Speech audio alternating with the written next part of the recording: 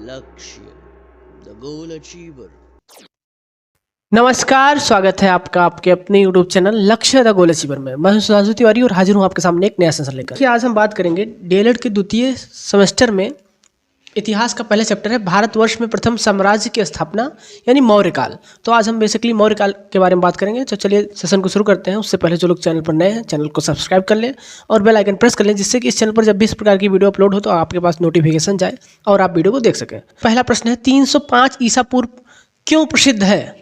आपके ऑप्शन है चंद्रगुप्त मौर्य का राज्याभिषेक हुआ था, चंद्रगुप्त मौर्य और सेल्यूकस के मध्य युद्ध हुआ था, मौर्य वंश की स्थापना हुई थी या अशोक का जन्म हुआ था।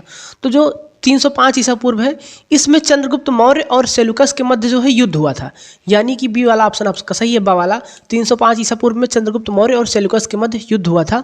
अब अगला प्रश्न है कलिंग विजय किसने की थी? कलिंग का जो युद्ध हुआ था उसमें किसे विजय प्राप्त हुई थी? आपके ऑप्शन है चंद्रगुप्त मौर्य, बिंदुसार, अशोक या सेल्यूकस।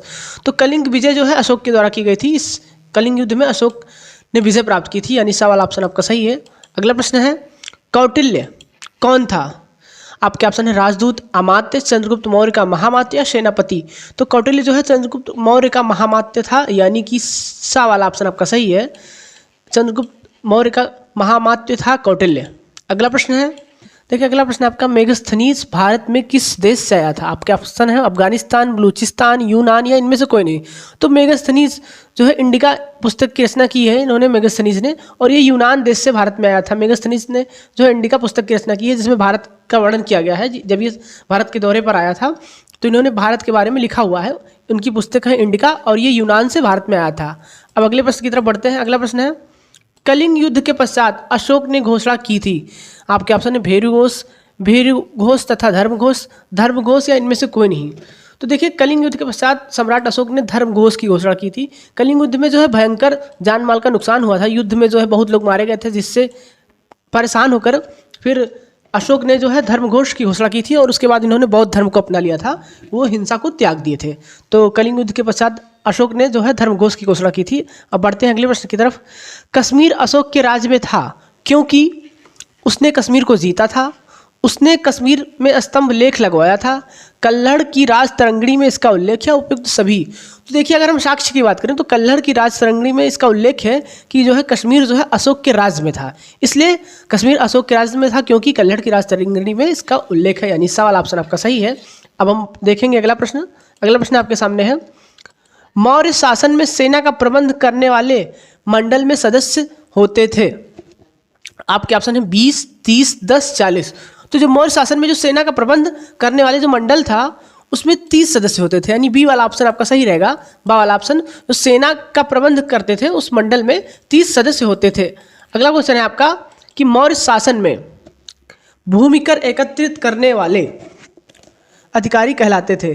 तो मौर्य शासन में जो भूमिकर एकत्रित करते थे वो आपके जो है कहलाते थे अग्रम।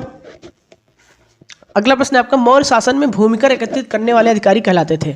आपके ऑप्शन है अमात्य, मंत्री, अग्रम या सेनापति। तो जो मौर्य शासन में भूमिकर एकत्रित करते थे वो अग्रम कहलाते थे, यानी सा वाला ऑप्शन आपका सही रहेगा। अग्रम कहलाते थे जो भूमिकर एकत्रित करते थे। अगला प्रश्न है चीनी यात्री ह्वेनसांग किस उद्देश्य से भारत आया था? तो हम आपकी जानकारी के लिए बता दें जो चीनी यात्री था ह्वेनसांग, ये हर्षवर्धन के शासनकाल में भारत में आया था। हर्षवर्धन के शासनकाल में चीनी यात्री ह्वेनसांग भारत में आया था। और देखिए 2016 में पूछा गया प्रश्न है। आपके ऑप्शन है बौद्ध धर्म ग्रंथों की प्रतियां प्राप्त करने के लिए, नालंदा विश्वविद्यालय में अध्ययन करने के लिए, भारतीयों के जीवन का अध्ययन करने के लिए, भारत में चीनी राजदूत का कार्य करने के लिए। तो चीनी यात्री ह्वेनसांग किस उद्देश्य से भारत में आया था? तो जो ये आया थे बौद्ध धर्म ग्रंथों की प्रतियां प्राप्त करने के लिए आया था। बौद्ध धर्म ग्रंथ में जो है चाइना के लोग जो है अधिकतर लोग वहाँ पे बौद्ध धर्म को मानने वाले हैं। तो चीनी यात्री ह्वेनसांग जो है बौद्ध धर्म ग्रंथों की प्रतियां प्राप्त करने के लिए भारत आया था और ये हर्षवर्धन के शासनकाल में भारत में आया था। अब हम देखेंगे अगला प्रश्न। अगला प्रश्न है कि अजंता में गुफाओं की संख्या कितनी है? अजंता जो है अजंता एलोरा की गुफाएं हैं, यहाँ पे जो हमें बताना है कि गुफाओं की संख्या कितनी है। तो आपके ऑप्शन है 42, 20, 25, 30। तो अगर हम बात करें अजंता में गुफाओं की संख्या कितनी है तो ये इसका सही जवाब होगा 30, यानी दा वाला ऑप्शन आपका सही है। अजंता में टोटल गुफाओं की संख्या 30 है। ये भी 2016 में पूछा गया प्रश्न है। अगला प्रश्न है बिंदुसार की मृत्यु के समय अशोक किस स्थान का वायसराय था? देखिए बिंदुसार जी है, अशोक के पिता का नाम था बिंदुसार। और इनके पिता की मृत्यु के समय यानी अशोक के पिता की मृत्यु के समय ये कहाँ के वायसराय थे? तो आपके ऑप्शन है तक्षशिला, उज्जैन, सौराष्ट्र या तोशाली। तो उस समय जो है अपने पिता यानी बिंदुसार की मृत्यु के समय अशोक जो है तक्षशिला यानी तक्षशिला का वायसराय था, यानी पहला आपका ऑप्शन सही है। अब बढ़ते हैं अगले प्रश्न की तरफ। सबसे पहले भारत आया था, आपके ऑप्शन है Hiuen Tsang, Marco Polo, Ibn Battuta या मेगास्थनीज। तो भारत में सबसे पहले जो आने वाला यात्री था ये था मेगास्थनीज, यानी द वाला ऑप्शन आपका सही है। अब हम बढ़ेंगे अगले प्रश्न की तरफ। 2016 में पूछा गया ये भी प्रश्न है, शेक्सपियर किस देश के नागरिक थे?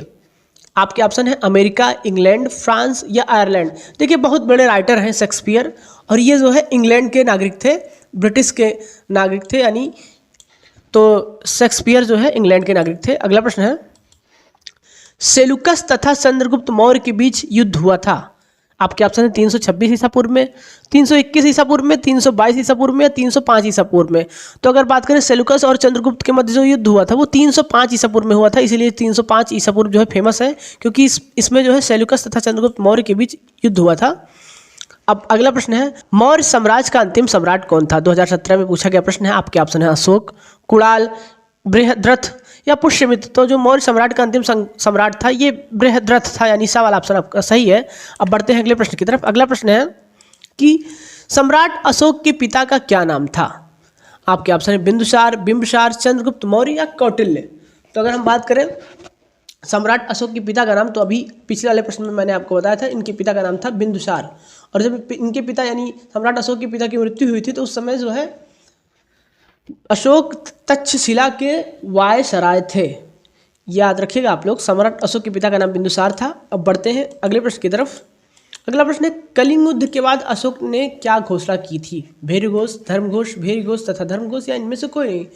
तो कलिंग युद्ध के पश्चात अशोक ने धर्मघोष की घोषणा की थी। उस युद्ध में जो जान माल की हानि हुई थी उससे देखकर अशोक विचलित हो गए थे, उन्होंने हिंसा का त्याग कर दिया था और बौद्ध धर्म को अपना लिया था।